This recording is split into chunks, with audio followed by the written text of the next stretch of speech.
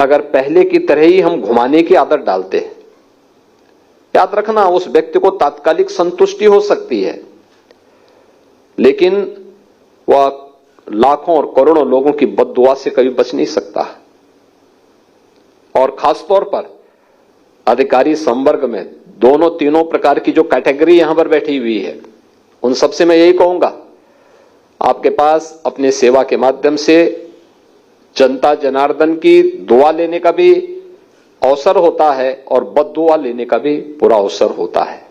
आपको तय करना होता है कि आप अपने इस पीरियड को पूरा जो एक कार्यकाल होगा आपका 30 वर्ष का 35 वर्ष का, इस 30-35 वर्ष का कार्यकाल आप दुआ लेने के लिए और आगे के भविष्य को उज्जवल बनाने के लिए करना चाहते हैं या बद्दुआ लेने के लिए करना चाहते हैं।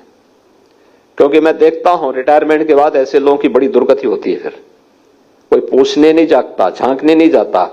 और उसमें से बहुत सारे अधिकारियों को तो मैं यही सचिवालय का चक्कर लगाते हुए देखता हूं, क्योंकि बहुत बार लोग आते हैं, कहते साहब मेरा एक काम अटका हुआ है। मैं कहता हूं सब तुम्हारे ही उत्तराधिकारी हैं जो तुम्हारा काम अटका रहे हैं, कोई बाहरी नहीं है, यही काम तुम भी करते थे।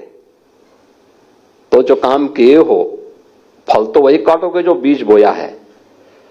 और इसीलिए आपने देखा होगा पूरी प्रक्रिया में पहली बार किसी आयोग या बोर्ड के द्वारा चयन की प्रक्रिया को एक समय सीमा के अंदर पूरा किया गया। 9 महीने के अंदर आपकी पूरी परीक्षा की प्रणाली और पूरे रिजल्ट को देने में मात्र 9 महीने के अंदर ही इस पूरी प्रक्रिया को संपन्न किया गया। न कोई सिफारिश, न कहीं से कोई हस्तक्षेप। और जहां पर जिन लोगों ने परीक्षा की शुचिता पे कुछ भी उसमें घुसपैठ करने का प्रयास किया, वे लोग उसका खामियाजा भुगत भी रहे हैं। आपने देखा होगा उनकी सबकी प्रॉपर्टी भी जब्त हो रही है, उन सबके घरों में रेड पड़ रहा है। उन लोगों को पूरी तरीके से सरकार अपने शिकंजे में ले चुकी है और पहले तय कर चुकी है कि अगर किसी ने युवाओं के भविष्य के साथ खिलवाड़ किया तो सरकार उसके भविष्य के साथ जरूर खिलवाड़ करेगी और उतनी ही शक्ति के साथ उनसे निपटने का काम भी कर रही है। जो लोग परीक्षा की शुचिता और पारदर्शिता में सेंध लगाने का कुत्सित प्रयास करेंगे, वे कहीं भी छुपे होंगे, उनको बाहर निकालने में बहुत देर नहीं लगती।